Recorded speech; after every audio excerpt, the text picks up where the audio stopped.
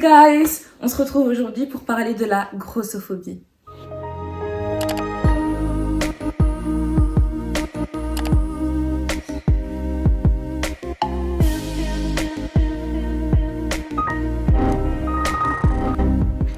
Avant de commencer, je tiens à préciser que je suis ni médecin, ni nutritionniste, ni diététicienne. J'ai aucun diplôme là-dedans, mais je pense qu'il n'est pas nécessaire d'avoir un diplôme dans ces domaines pour pouvoir exposer des discriminations. Ça n'a rien à voir avec la peur des personnes grosses. En fait, c'est un ensemble de discriminations subies par des personnes ciblées en fonction de leur poids. En général, ça touche des personnes qui sont en surpoids ou en cas d'obésité, mais il ne faut pas nécessairement être en surpoids pour être touché par la grossophobie. Ici, je parle d'un ensemble de discriminations et pas d'une seule discrimination parce qu'il en existe plusieurs types. Ça peut être des humiliations en public ou en privé, ça peut être des comparaisons, donc on va comparer différentes morphologies entre elles, différentes femmes entre elles, différents hommes entre eux. Ça peut être aussi des discriminations à l'embauche, donc on va te refuser un travail parce que tu auras des rondeurs.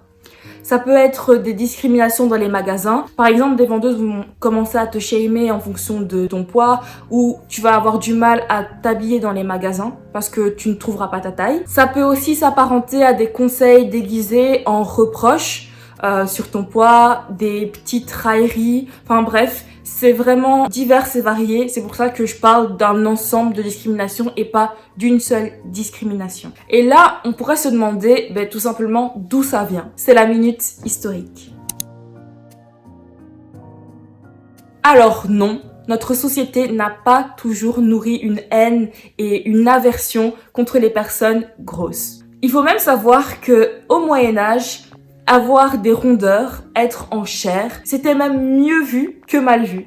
En gros, plus tu avais de rondeurs, plus tu étais vu comme une personne en bonne santé, épanouie et heureuse, parce que c'était vraiment un contexte où il y avait une énorme famine, et du coup ça s'apparentait à une personne qui menait une bonne vie.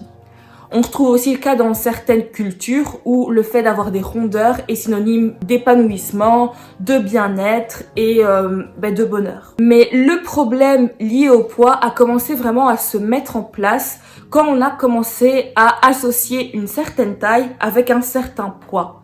Et du coup, on a essayé de créer une normalité en disant que voilà, si tu fais telle taille, tu dois avoir tel poids pour être considéré comme normal. Et le problème avec ça, c'est que ça a créé un idéal de beauté, d'esthétique. Et le problème avec les idéaux, c'est que si tu ne rentres pas dans ce moule de perfection, tu commences à te prendre une vague de haine, une vague d'insultes, une vague de discrimination, clairement. Et du coup, ça pose un énorme souci et c'est ce qui a engendré la grossophobie.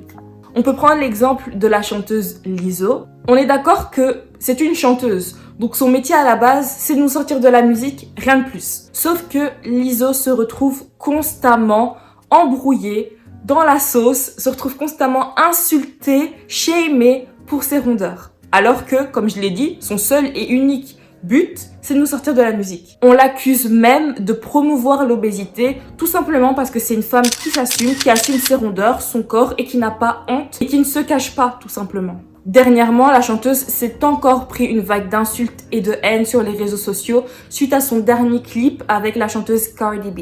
On peut aussi pointer l'exemple de la chanteuse Camila Cabello qui s'est pris une vague de haine et de body shaming sur les réseaux sociaux suite à la sortie de certaines photos d'elle sur la toile. Ces photos montraient juste son corps qui avait changé, son corps qui avait évolué, où elle a pris des kilos, certes, mais c'est son corps à elle. Et les personnes sont même allées jusqu'à remettre en cause son couple avec le chanteur Shawn Mendes, tout simplement parce que Camila avait pris du poids.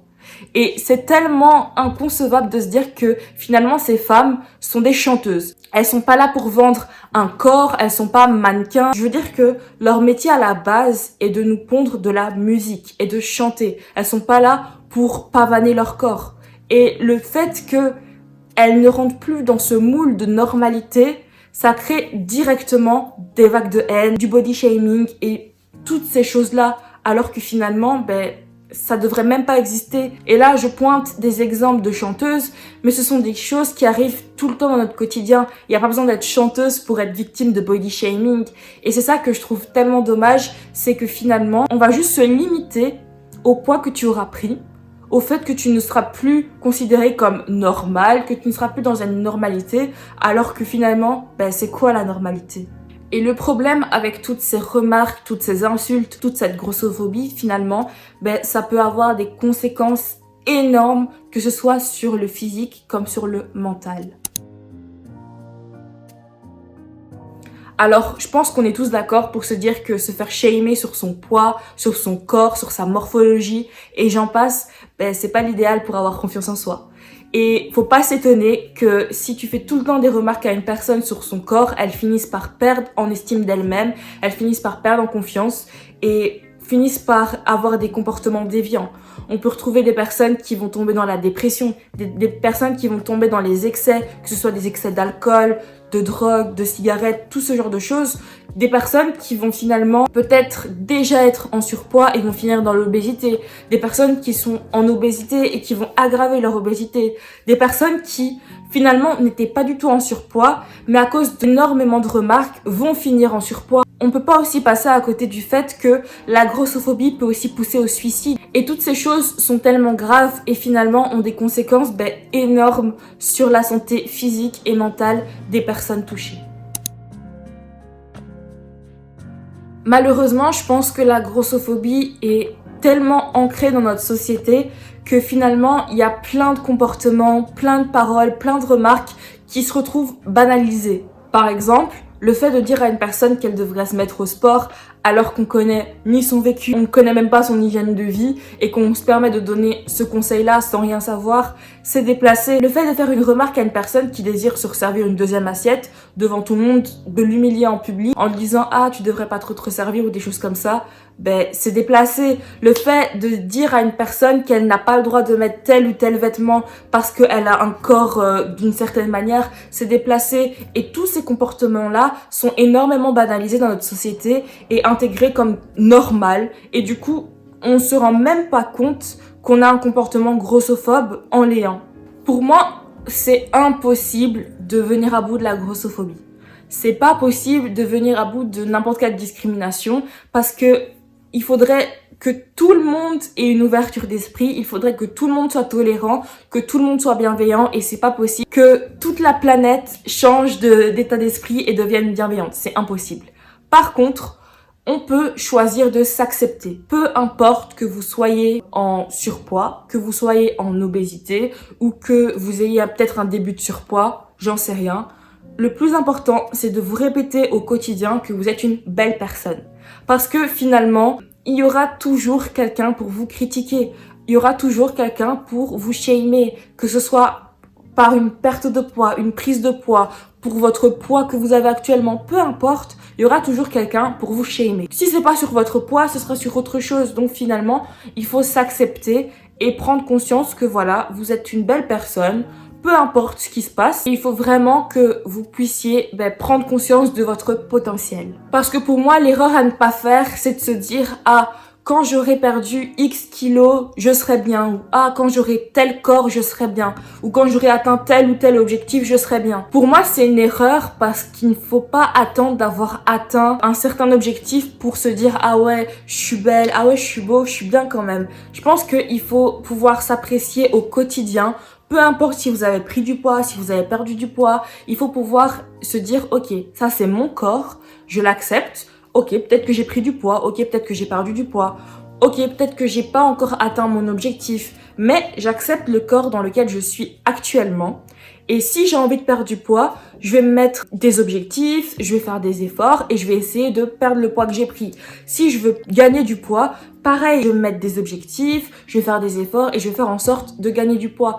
Et je pense que c'est tout un état d'esprit. Avant de vouloir faire quoi que ce soit, il faut vraiment accepter la situation dans laquelle vous êtes. Ça va vraiment vous permettre de vous créer une carapace et de vous créer une confiance en vous. Et quand quelqu'un viendra vous critiquer, vous vous aimerez déjà. Donc, les critiques de la personne n'auront aucun effet sur vous. Par contre, si vous souhaitez perdre ou prendre du poids, ça dépend de votre cas de figure, je pense qu'il faut vraiment faire abstraction des critiques des personnes. Comme je l'ai dit, la première étape, c'est vraiment d'avoir confiance en soi. Parce que cette confiance-là, ça va permettre de barrer la route à toutes les critiques. Et si vous souhaitez vraiment subir une transformation physique, là, dans ce cas-là, je pense qu'il faut vraiment le faire pour soi et pas le faire parce qu'on s'est fait critiquer pour prouver à Pierre-Paul ou Jacques que ça sert à rien. Comme je l'ai dit, si on vous critique pas sur votre poids, on vous critiquera sur autre chose. Donc vraiment, si vous souhaitez changer votre physique, il faut vraiment le faire pour vous et non pour les autres. Si vous voulez changer, entourez-vous de personnes bienveillantes, des personnes qui vous pousseront vers le haut et qui vous pousseront à vous dépasser. Et si vous vous sentez bien avec vos kilos en plus ou avec vos kilos en moins, tant que ça tombe pas dans l'excès, bien évidemment, l'excès c'est pas bon, mais tant que vous n'êtes pas dans un excès, tant mieux. Assumez-vous, ayez confiance en vous et finalement, toutes ces remarques, ce sera que du vent. Dans cette vidéo, je voulais vraiment vous rappeler que votre enveloppe corporelle, c'est vous. C'est votre petite maison, c'est l'endroit où vous allez vivre toute votre vie. Vous n'aurez pas d'autre corps, à moins de passer par la case chirurgie. Donc, prenez soin de votre corps, que ce soit autant de l'intérieur, en consommant des aliments sains, en buvant de l'eau, en évitant les excès, mais aussi prenez soin de votre corps de manière extérieure, en vous valorisant, en vous regardant dans le miroir et en vous disant à quel point vous êtes une belle personne, parce que c'est important de se sentir bien et de se traiter correctement autant de l'intérieur que de l'extérieur. En tout cas, voilà, moi, dans cette vidéo, je voulais vraiment vous rappeler d'aimer votre corps parce que comme je l'ai dit, c'est votre maison, c'est l'endroit où vous allez vivre toute votre vie, donc prenez-en soin un maximum. J'espère que cette vidéo vous aura plu, qu'elle vous aura rappelé que vous devez vous aimer du matin au soir, que vous devez être fier de vous et que vous devez vous valoriser. En tout cas, j'ai vraiment apprécié de faire cette vidéo et moi, je vous dis à la semaine prochaine pour une nouvelle vidéo.